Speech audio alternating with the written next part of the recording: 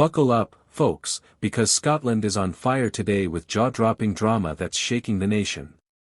From the explosive streets of Falkirk, where protests have spiraled into all-out mayhem, to J.K. Rowling's blistering takedown of Nicola Sturgeon's new autobiography, we're diving headfirst into the controversies rocking the UK.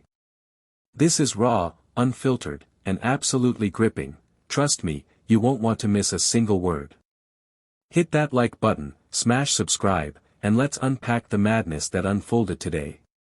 Here's the full scoop, straight from the heart of the action. Let's start in Falkirk, where tensions exploded like a powder keg outside the Clad Inn Hotel.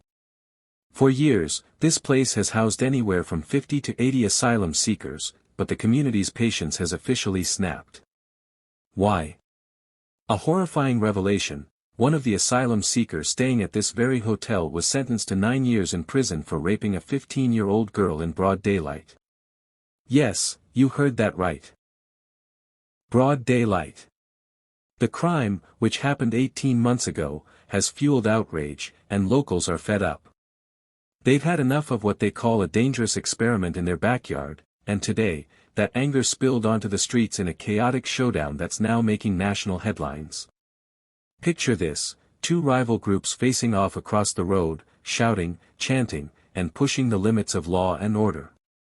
On one side, you've got the counter-protesters, groups like Stand Up to Racism and Unison, who showed up early, an hour before the main event, to stake their claim and swell their numbers. Across the street, the protesters opposing the asylum hotel are gathering, their numbers growing by the minute. The air is thick with tension, and you can feel the raw emotion pulsing through the crowd. We tried to grab a quick word with Connor, one of the key voices in this protest, but he was caught up in the chaos. Instead, we spotted signs from groups like Save Our Future, Our Kids' Future, a Facebook movement that's gained traction as locals rally against the hotel. This isn't just a one-day flare-up. The debate over asylum housing in Falkirk, Rowling's critique is a masterclass in righteous anger. She claims Sturgeon created a toxic environment where women were silenced, shamed, and persecuted for daring to question her stance on transgender issues. According to Rowling, Sturgeon's luxury beliefs led to degrading and unsafe situations for women, particularly through policies allowing transgender women access to female-only spaces based solely on self-declaration. Rowling points to a Supreme Court ruling that slapped down the Scottish government's interpretation of equality laws, arguing it stripped women of single-sex protections and their legal status as a protected group. And yet, Rowling says, Sturgeon shows zero remorse, doubling down on her stance despite what Rowling calls clear evidence of predatory men exploiting these policies. One case Rowling hammers home is that of Isla Bryson, a convicted double rapist whose case became a lightning rod for controversy. When Sturgeon was grilled on TV about whether Bryson was male or female, Rowling says the usually sharp-tongued First Minister was left stammering, looking like a complete quit.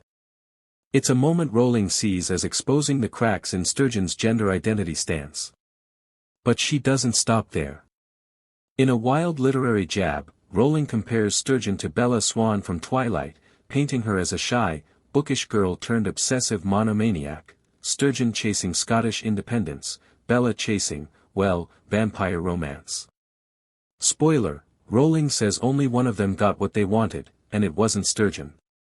But Rowling's takedown goes beyond gender debates.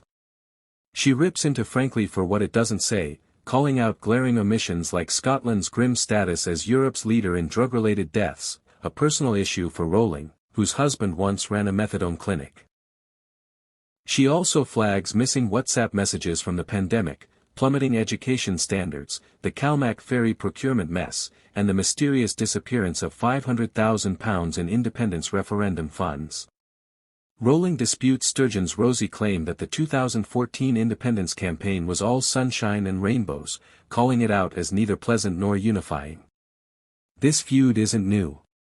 Sturgeon recently addressed it on BBC Breakfast, referencing Rowling's infamous T-shirt branding her, Sturgeon, the destroyer of women's rights. Sturgeon tried to play it cool, saying there are two sides to every story, and claiming she's faced horrific abuse on the trans issue, more than any other controversy in her career. She even took a swipe, suggesting some people, read, Rowling, spend more time thinking about her than she does about them. Ouch. But Rowling's not backing down, and her scathing review has only fanned the flames of this high-profile clash.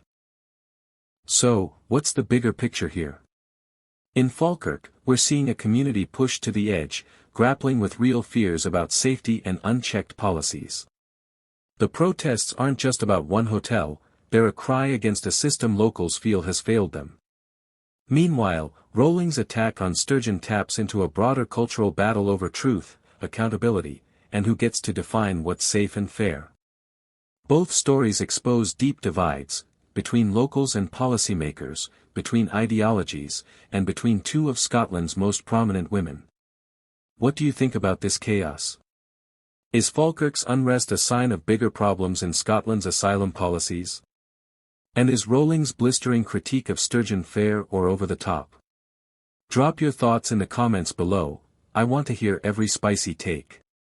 If you're as fired up as I am, smash that like button and subscribe for more no-nonsense British content. This is just the beginning, and trust me, you don't want to miss what's coming next. Thanks for tuning in, take care, and I'll catch you in the next one. Peace out.